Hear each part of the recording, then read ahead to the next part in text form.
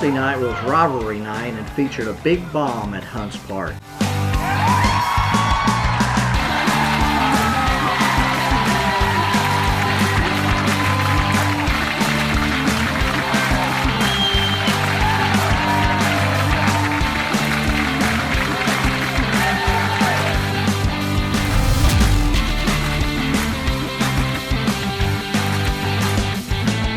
I'm Leland Barclay, and it's my privilege to host the River Valley Sports Report, where we highlight River Valley schools and athletes. Duncan Cravens and Luke Jackson provided big 3-run hits on Tuesday as Southside opened its rivalry series with a 9-3 win over Northside in the baseball version of the Battle of Rogers Avenue. Cravens doubled home 3 runs in the 4th inning to put Southside up 3-2, and Jackson slugged a towering 3-run homer in the 6th to power the Mavericks to the win.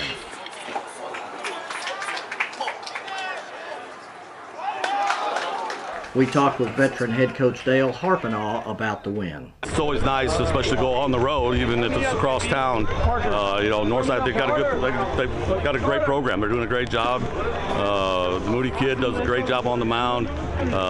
We were just able to get some base runners, and then we got a big hit to kind of break things open a little bit. And then, I was really proud of our guy, Ty Jones. I thought he battled extremely hard today on the mound for us, gave us 6 strong. And then we came up, Luke Jackson come up with a 3-run home run. We were able to tack some runs on and be able to push the lead a little bit. You got a couple of big 3-run hits, like you said. You got the 3-run double from Cravens to get you back in at tie the game, and then you got the 3-run homer, which those are always nice. Yeah, it's nice. I mean, it's it made it a little bit. I don't know if it's ever easier, but it made things, gave us a little bit of breathing room where maybe we didn't have to be as perfect on the mound.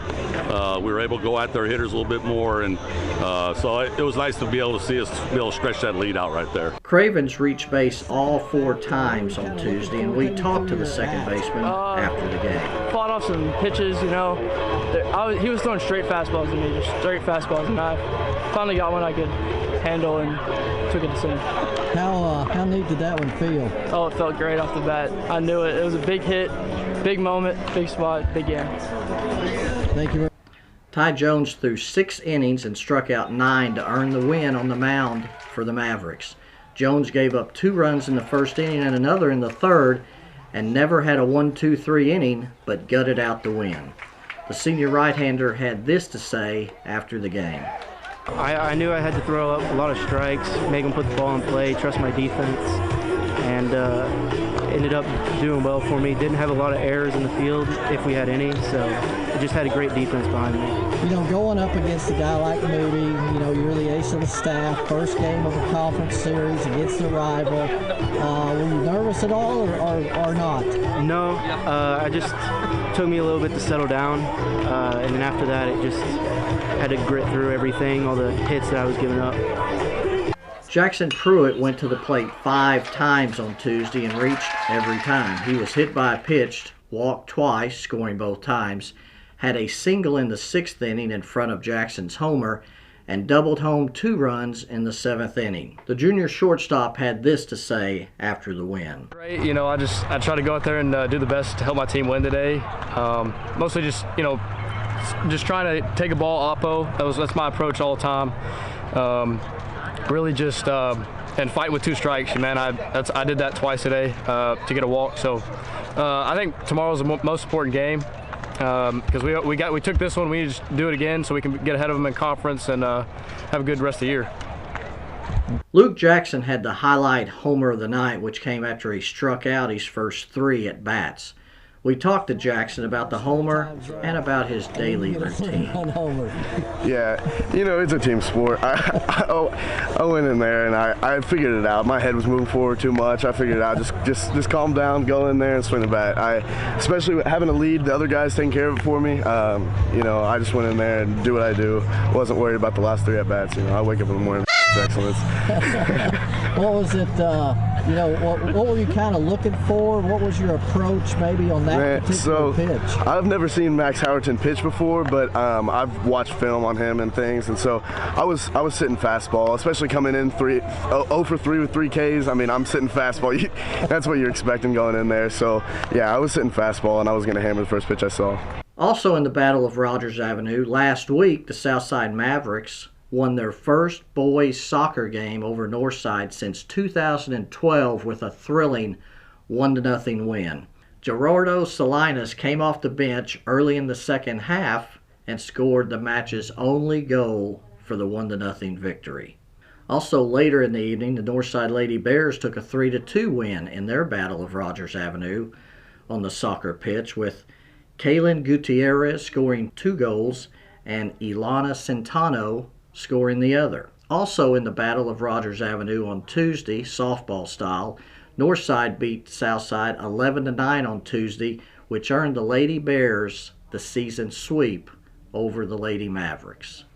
It was also rivalry night in Van Buren on Tuesday as well, where the Pointers and Lady Pointers swept Alma.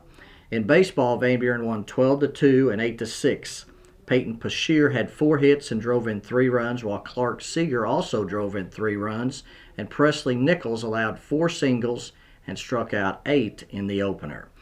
In the nightcap, Pashear had 3 more hits, including a triple. In softball, Emberlyn Caldwell struck out 25 and allowed just 4 hits in the doubleheader sweep in 10-1 and 10-0 wins. We talked to Caldwell after the win on Tuesday about the team's performance and the Lady Pointers' remaining schedule, which includes second place Harrison on Tuesday. Yes, absolutely. Especially since I used to go to Alma. It's big rivalry, and the winning just feels so good, especially when it's against them always. We always want to beat them. We want to beat them good. 15 Ks in the first game. Yes, I guess you were feeling pretty good in the circle. Yes, I felt really good today. My bullpen went really good, and my girls, I trust them so much that I don't have to worry about anything, so I just do my thing. Me and Ash do. You guys are cruising right now. You're 8-0 in the conference. What do you have to do, to kind of stay focused and close it out, because you got a couple of tough road trips? So next we have Harrison, and with Harrison, that's going to be the best we're going to play, and we're just ready because we get to see some good pitching. We get to play against a good opponent, and we always play really good and really hard and tough against these good opponents. So I'm really excited, but once we get Harrison, we just need to keep on going, because if we play like we've been playing, then we're going to be fine. We also talked to Lady Pointers head coach Andy Williams. No, you never know. I get more scared in games on paper that we're technically supposed to win. I'm not saying we're supposed to beat them. I'm just saying their record wasn't as good as it has been in the past. So if you looked at the records, we were supposed to win. I get more nervous in those games. Playing like Ozark after spring break, I get nervous against those people. You're just not sure. You make a couple errors, hit some balls at people, next thing you know, it's the 5th inning, you're in a 2-1 game, and anything can happen then. So, yeah, I get the big ones, the big game when you know it's going to be okay. This is big. I don't get too nervous. I get intense. I get excited, but I don't get nervous. 2 good games tonight. You talk about a 2-1 game. You didn't have to worry about that tonight. 10-1 in the first one, then closed it out with a run rule in the second game. Yeah, we hit the ball well. Charlotte's had great. I've been here 17 years. She's had great pitching 16 years. This year they're a little behind in that area, and that helps. And they're young in other positions and inexperienced. And we're not. We're kind of the opposite. We're experienced in a lot of positions, and we're pretty talented, and we're on a roll right now. So, yeah, it was nice to get out in front and just kind of keep making plays at first base when the play arises. Don't do too much, and just keep playing.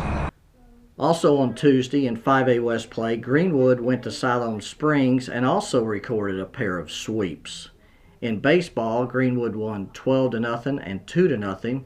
Aiden Kennan struck out 5 and allowed just 3 hits in the opener, while Grant Carnes fanned 10 and allowed 3 hits in the nightcap. In softball, the Lady Bulldogs won 16-1 and 17-0.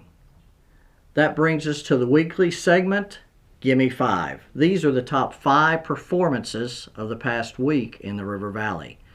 Number 1, Hannah Winchester struck out 12 on Monday in a 10-0 win over Hector to keep the Lavaca Lady Golden Arrows in first place in the 2A4 with a 5-0 mark.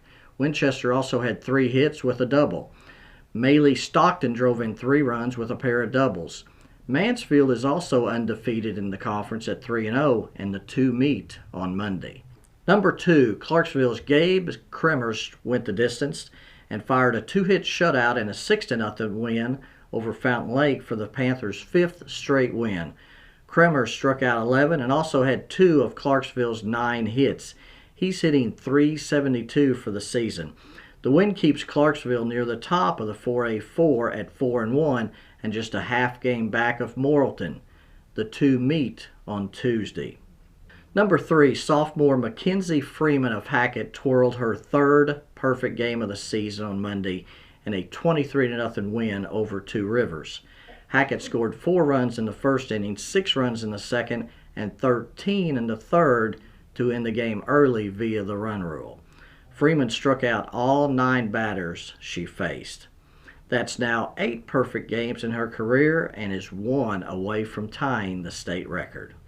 Number 4, the Boonville Bearcats won their 7th straight with a 15-5 run rule win over Lavaca on Tuesday. Peyton Tatum earned the win while Brooks Herrera, Dax Goff, Dunn Daniel, and Matt Obar all had 2 hits. Goff also slugged his 8th homer of the year. Number 5, the Ozark Lady Hillbillies won the Sand Lizard Relays at Darnell on Tuesday. Again, Ozark track star Anna Woolsey was the high point at the relays in Darnell on Tuesday, where she compiled 56 of Ozark's 99 points with wins in the 100, 200, and 400 meter dashes, the 100 meter hurdles, and the pole vault, in addition to finishing 3rd in the long jump. To keep up with all the track, baseball, softball, and soccer action, you definitely want to check out Every Day of the Northwest Arkansas and River Valley Democrat-Gazette, where you will get Players of the Week, rankings, scores, and notes for the best sports coverage in the state. You'll also want to pick up the Sunday River Valley Democrat-Gazette, available all across the River Valley, including eastern Oklahoma at Walgreens, Harps, Come and Go, and Casey's. We're honoring the all River Valley athletes for winter sports the entire month of April. We started off with the bowlers, and then last week was wrestlers. The next 3 weeks will be dedicated to the basketball honorees, including girls and boys players of the year, newcomers of the year, and coaches of the year, as well as the all River Valley basketball team members. Also this week is a special edition from Tuesday night's University of Arkansas at Fort Smith Hall of Fame banquet. You can subscribe at rivervalleydemocratgazette.com/subscribe or by calling our customer service line at 479-684-5509. Be sure to follow the River Valley Democrat-Gazette Twitter account, as well as mine, Walter Woody's, and Harold McIlvain.